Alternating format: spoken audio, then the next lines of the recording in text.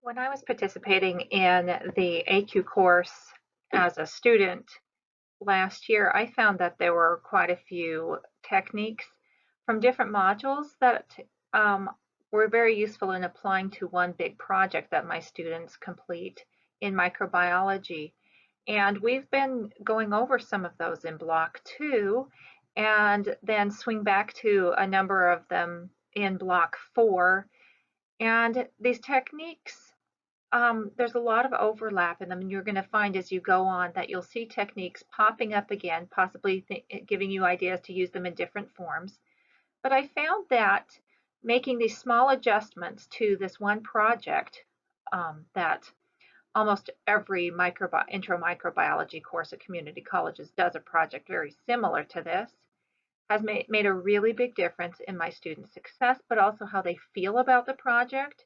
And so I just wanted to point out some of the techniques I applied to this one particular project that really increased the transparency of it. Just to point out how you can take small adjustments using these techniques and make a big difference.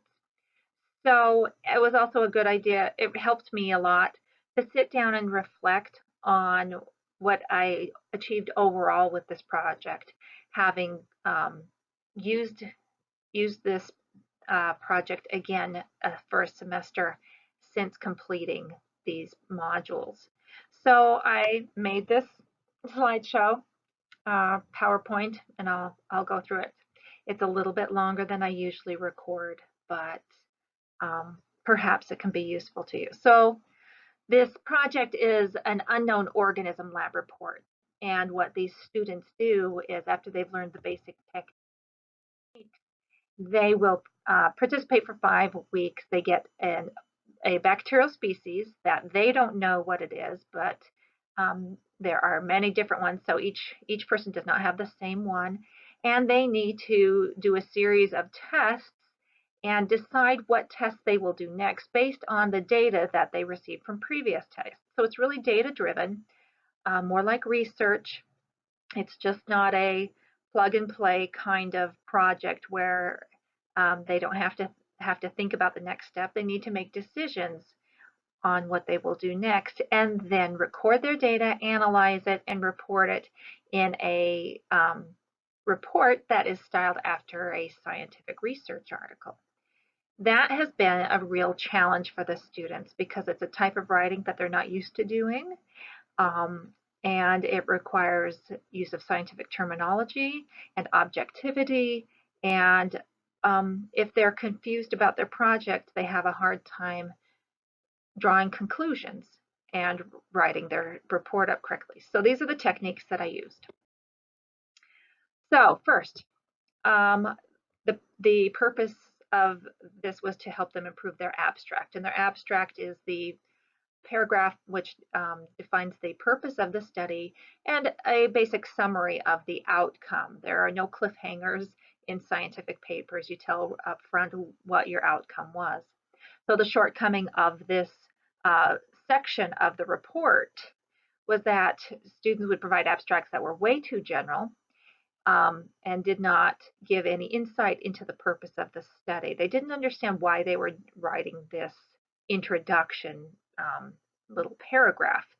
So I used the technique where I provided them student exemplars. A very good one. Actually, I ended up providing a couple of them because it can be very good, but it very different. And then satisfactory work and also unsatisfactory work. And the impact of this was that the abstracts I received when they had these tools available really they really improved in their scope and in the detail that they provided about the studies, but also were able better to relate the work that they were doing in the lab to real world applications. Why microbiologists would really use a study like this, whether it's in human health or other applications. So that was very helping them understand why they were doing their particular study, also making a better product that they would turn in.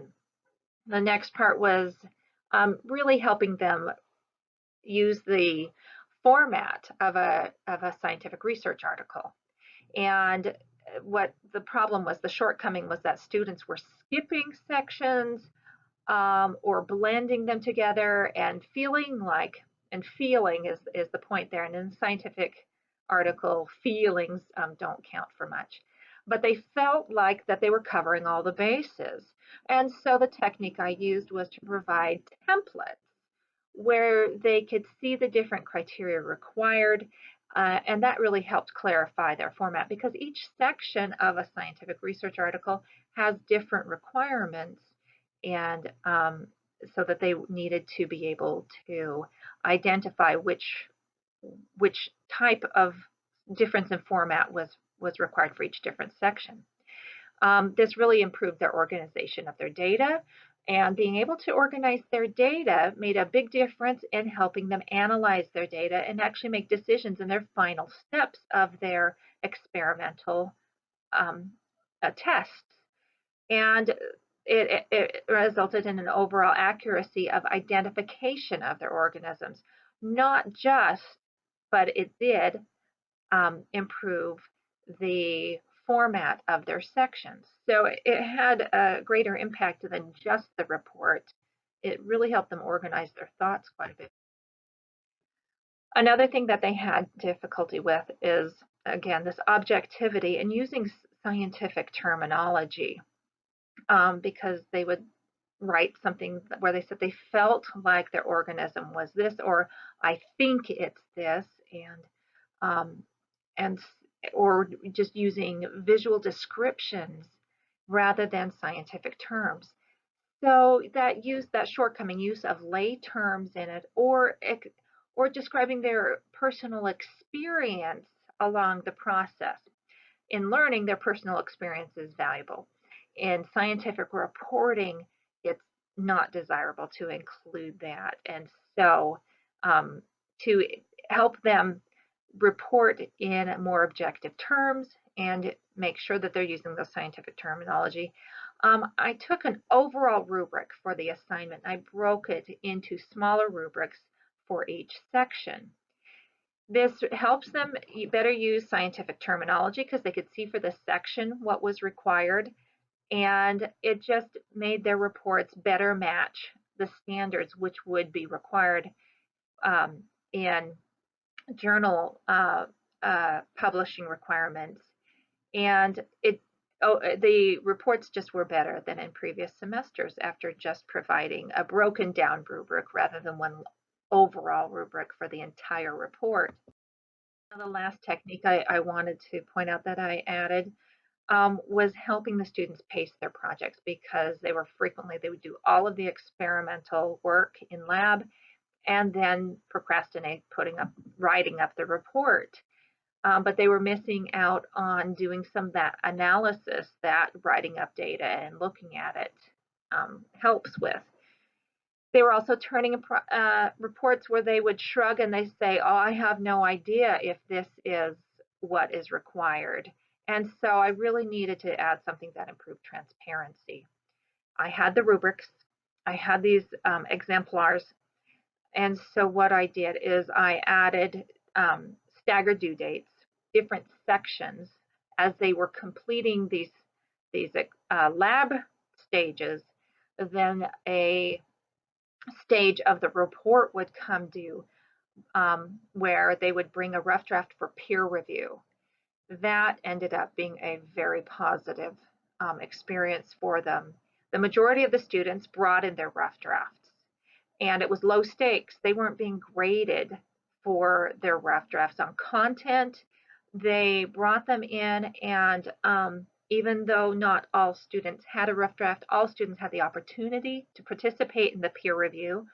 They used comment sheets for each other, and they were required to write their name on it and provide these comments, and these were turned in with the reports.